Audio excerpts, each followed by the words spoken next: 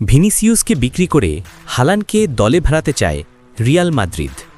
Spanish giant Real মাদ্রিদের সঙ্গে Vinicius জুনিয়রের ভবিষ্যৎ অনিশ্চিত হয়ে পড়েছে। ক্লাবটির সঙ্গে তার চুক্তি নবায়ন ঝুলে আছে দীর্ঘদিন ধরে।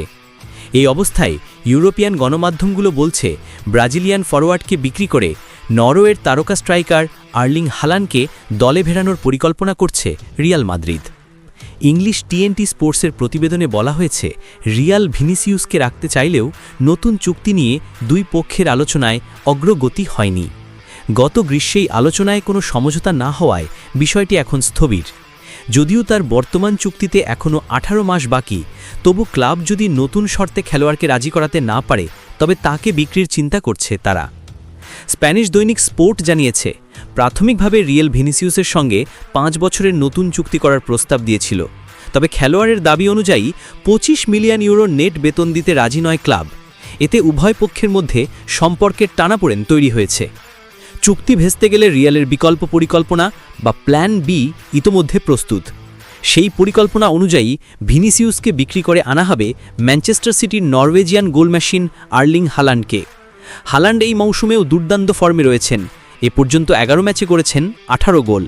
স্পোর্টের দাবি, রিয়াল প্রেসিডেন্ট ফ্লোরেন্টিনো পেরেজ বহুদিন ধরেই হালান্ডকে স্বপ্নের সাইনিং হিসেবে দেখছেন।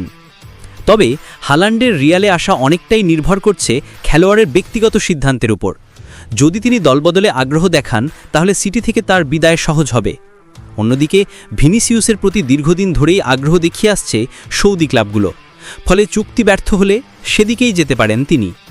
এদিকে ভবিষ্যৎ পরিকল্পনায় রিয়ালের নজর রয়েছে ইংলিশ তরুণ মিডফিল্ডার অ্যাডাম হোয়াটনের দিকেও।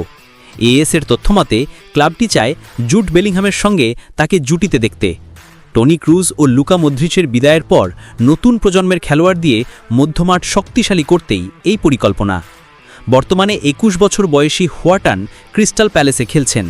তার বাজার মূল্য প্রায় 45 মিলিয়ন ইউরো, তবে প্যালেস তাকে 80 মিলিয়নের নিচে ছাড়তে রাজি নয়।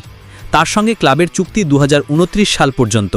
ইতিমধ্যেই প্যালেস নতুন চুক্তির আলোচনায় নেমেছে, কারণ ইউরোপের বেশ কয়েকটি বড় ক্লাব এখন তার পেছনে ছুটছে।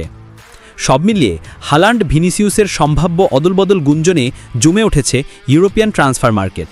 রিয়াল যদি সত্যিই হালান্ডকে পেতে চায় তাহলে হয়তো খুব শীঘ্রই বেরিয়ে যেতে পারেন সান্তিয়াগো বার্নাবেউর ব্রাজিলিয়ান তারকা।